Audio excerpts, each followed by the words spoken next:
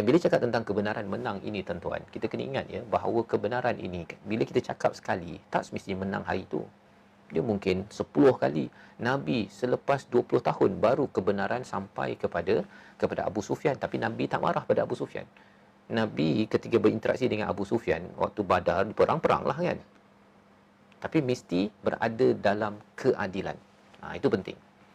Jangan sampai kadang-kadang seorang isteri marah pada suaminya, awak ni sebenarnya tak pernah buat kebaikan.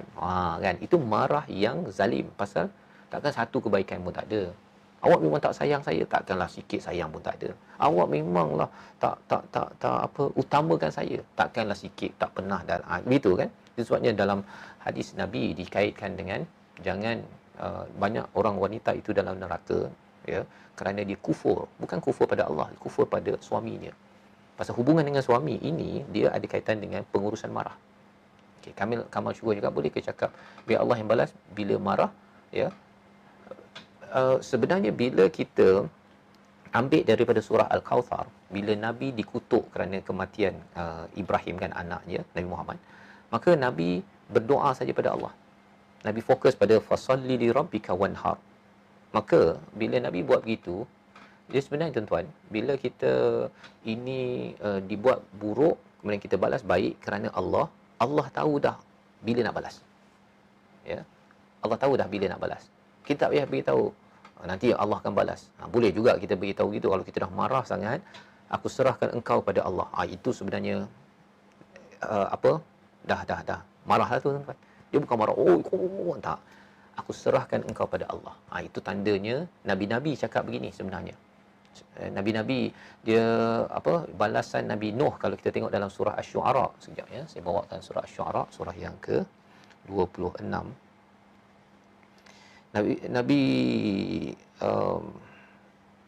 Nabi Nuh itu dia memang dia cakap apa? Dia pendek je doa dia.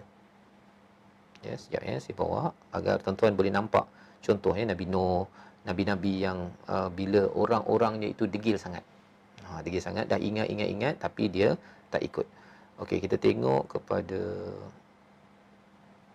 mana Nabi Nuh ya.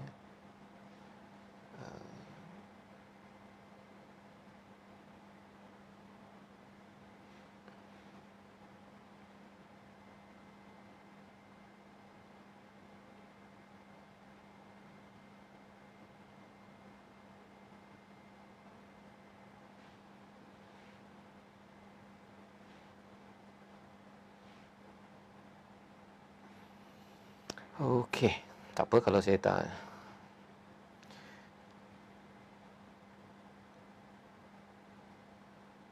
Surah Asy-Syu'ara ayat yang ke 117. Ya, 117.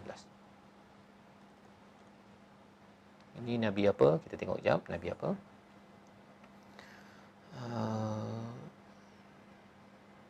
Nabi Nuh, ya, Nabi Nuh. Sekejap, saya tak tunjuk.